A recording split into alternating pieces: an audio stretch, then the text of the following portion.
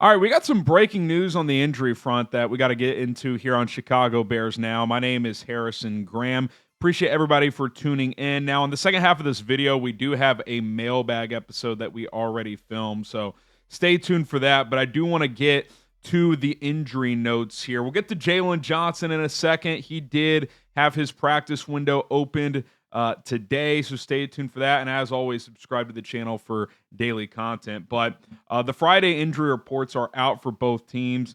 The only players ruled out for the Bears are Jahdae Walker, who was limited today, but guessing he is not fully cleared the concussion protocol. And then TJ Edwards did not practice again, still dealing with that hand and that hamstring injury. So he is not going to practice. However, in a positive note, Jaquan Brisker was limited. He is listed as questionable. He said after practice, Scott Bair just tweeted this out, that Brisker said he expects to play on Sunday. Now, I'm guessing they'll put him through a pregame workout and they'll see how he comes out of it. But if he could play, that's obviously huge because I think Brisker at times hasn't played his best ball. I thought he played better last week than the two prior weeks, but he is still an improvement over Elijah Hicks or Jonathan Owens, I would say, safe to say. So it'd be nice to have him out there. Sounds like he's going to try to give it a go, so we'll see if that is the case. For the Vikings, the only players ruled out, Jonathan Grenard, which is a big one, their big-time pass rusher, and Ryan Kelly, who their starting center, whose practice window was opened this week. They are not going to activate him for this game, so it'll be Blake Brindell once again at the center position. J.J. McCarthy not listed on the injury report. He is good to go. Now, the big news that dropped about an hour ago, I did a little YouTube short on it, and I'll dive more into it here, is that the Bears opened Jaylon Johnson's 21-day practice window today. He was out there. They listed him as limited. Now, he's not going to play Sunday, even though technically he is listed as questionable. Now, I think that's a technicality. I'm 99% sure because technically, since he practiced, I don't think they can rule him out. Now, you might say, well, what about Jahdae Walker? Well, concussions are different. If he hasn't cleared the protocol, then he can't play. But I do think that just since he was out there at practice from a technicality standpoint, they can't officially rule him out on the injury report. It would be stunning if he came back, practiced once in a limited capacity, and played 2 days later. I think they're going to be cautious here, ramp him up. I frankly don't really expect him to play in Week 12 against the Steelers either, to be honest, but maybe he does. Maybe he has a great week next week and they activate him. I think more likely you're looking at Black Friday, Week 13 at the Eagles, or Week 14, December 7th against the Green Bay Packers. I think that'll be one of the two games that Jaylon Johnson returns, but Ben Johnson said today he's healthy, and now it's about ramping him up. So these are really good signs regardless of when he returns, but don't, convince yourself he's playing in 48 hours. I think that is completely unrealistic. But the good news is Jaylon Johnson is healthy. He's going to start ramping up here, and he's probably back a week or two earlier than we thought, which is great news. And hopefully Kyler Gordon, who could have his practice window open next week. Hopefully that happens. And who knows, maybe they both return the same week 13, against the Philadelphia Eagles. That would be that'd be awesome for this Bears football team.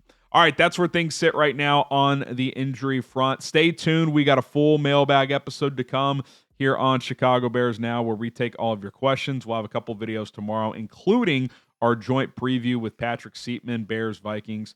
Did about a 25-minute breakdown with him. Whole lot of fun, so lock us in for that. Stay tuned. Mailbag straight ahead here on Bears Now.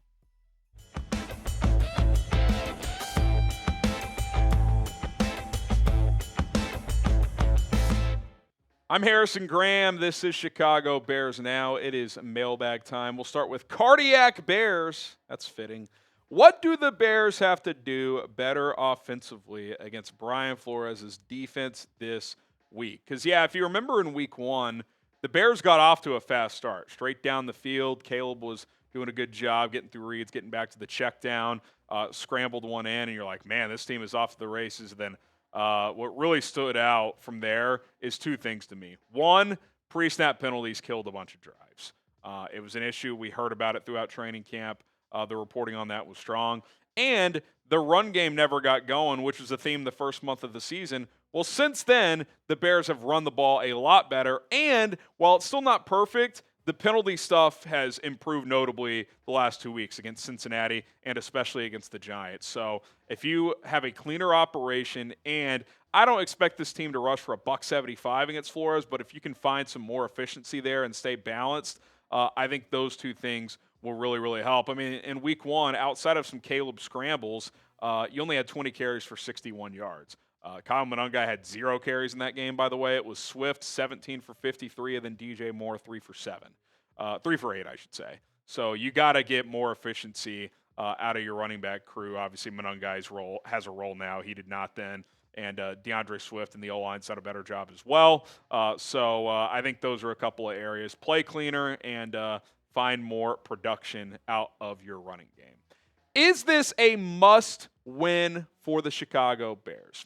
Type Y for yes, type in for no.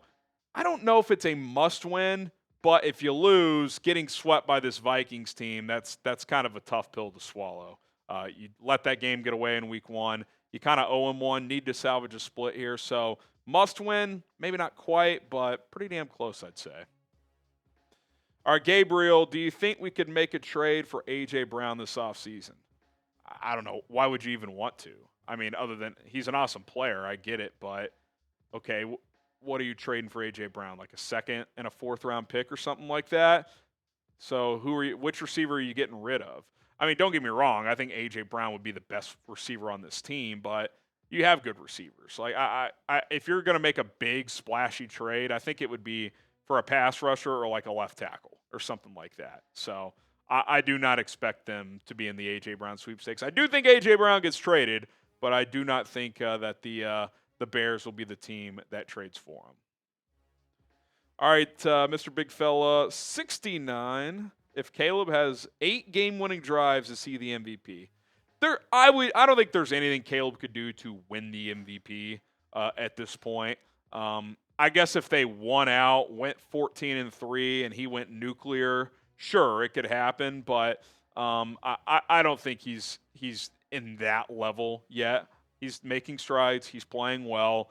I don't think he's going to be in the MVP race. Now, could he go on a heater and, we look up at the end of the year and he gets a few votes and gets like 7th or something like that? Sure, but I don't think he can win the MVP this year. All right, subscribe to the channel if you want free Bears content all year long, in season, off season, dead time of the year, busy time of the year, doesn't matter. We're bringing you videos every single day.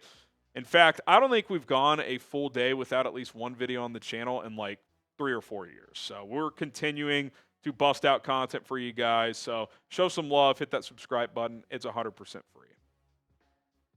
Fernie, you see Cam Newton's thoughts on the Bears. Yeah, he kind of put him in that fraud alert category. And look, some people think that's what this team is, that they've beaten bad teams and they've lost to the good teams they've played. And there's certainly some truth to that. I also think you can't control the schedule. I think there's valuable things in finding ways to win, especially when you don't play your best. So, look, we're going to find out how good they are. I think this is an above average to good team right now. If they go 500 or better the rest of the way with the rest of their schedule, they're at least a pretty dang good team. Now, how good are they? Again, we'll find out. The rest of their schedule is pretty difficult. I think it's the 4th hardest remaining schedule in the NFL.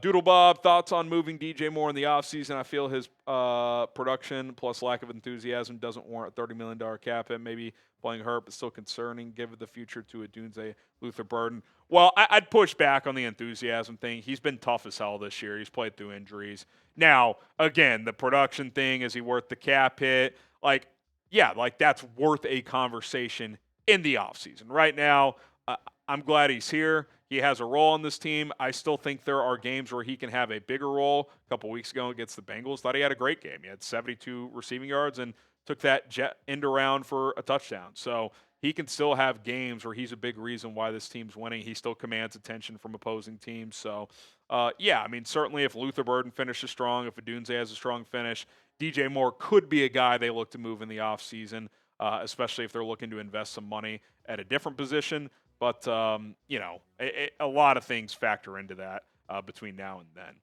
Guys, this is a pretty awesome Caleb Williams t-shirt. The game-winning touchdown run printed on this t-shirt. Bears win over the Giants. You want to pick it up? Chatsports.com/Caleb shirt. I'll say it one more time. Chatsports.com/Caleb shirt. That link is in the comments and in the description. Pick this bad boy up today. I might get one myself. All right, Captain CB, would you restructure Sweat and more this offseason? Probably not both, because then you're kicking that money back down the road another year. Maybe one of those, if Montez continues to play really well, maybe you would consider him. If you do want to keep DJ another year, you would consider that as well. I don't think you would do both. That just causes a lot of problems on the road. Like, you see like Howie Roseman do this a lot, but like they're in the Super Bowl mix every year. I don't think the Bears are quite that yet. If the Bears made the NFC Championship game or something, we can revisit this conversation. But I would probably say no to that, because the problem when restructuring that is it kind of narrows your flexibility in certain ways. Ben, Bears have to go 4-4 these next 8. Do you think the struggles in the secondary is coaching or personnel or coaching? Not sold on DA yet.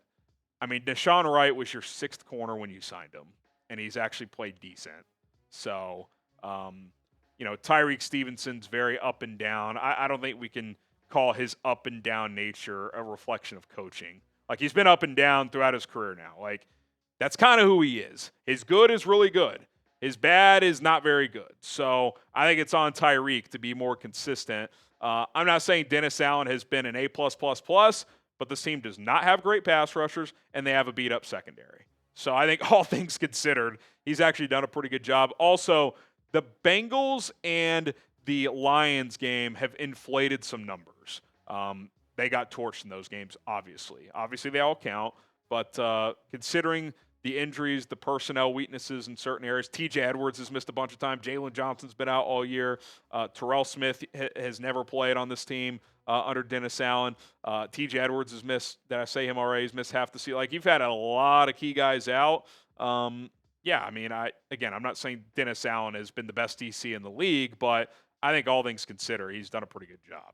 Predict the score, Bears, Vikings. Who you got? And what is the final score going to be? I got Bears 27-23. What say you? Let us know in the comment section below. All right, Christian, when do you think the Bears ramp up Joe Tryon Shoyinka's playing time? I mean, he played a decent amount of snaps last week. I'd have to go back and check, but he's going to be in the rotation just because you don't have a ton of options. Now, Dominique Robinson, it appears he's going to play this week, so that could reduce his role a little bit, but he was brought here to mostly be a depth piece, and that's what he is. If guys go down, his role will increase. If not, he'll probably be in that 10 to 20 snaps a game. That would be my guess, especially with Dom Robb back. Shen Groppel, how high do you think Luther Burden, Colson Loveland, and Kyle Monungai's ceilings are? I think Colson Loveland can be one of the best tight ends in the league. I really do. So, I don't know. All-pro, multi-Pro Bowl at least. I think that's his ceiling. Luther Burden, I think, can be a number 1 receiver in the NFL. Now, whether he is or not on this team, we'll see. Rome Odunze is going to be here, but I think he could be, top 10 receiver in the league. Again, these are ceilings.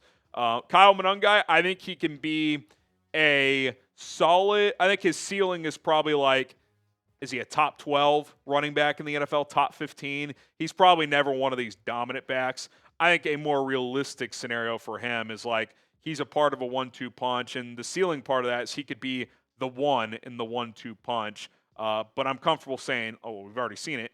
He's a good 2 in a 1-2 punch already as a 7th-round rookie. So it's hard to estimate when these guys have played half an NFL season in their lives. But I think at minimum, they're all going to be very good players. And at maximum, especially Burden and Loveland, could be great players. I don't know if Monungai's ever great, but I think good. And listen, you got this guy in the 7th round. So, I think that's all on the table. All right, guys, good questions. Appreciate it. If we didn't get to you, I apologize. But you know where to find me, at HGramNFL, Twitter, Instagram. Give me a follow and slide into those DMs. Always down to talk some Chicago Bears football. So hope to see you over there. Bear down.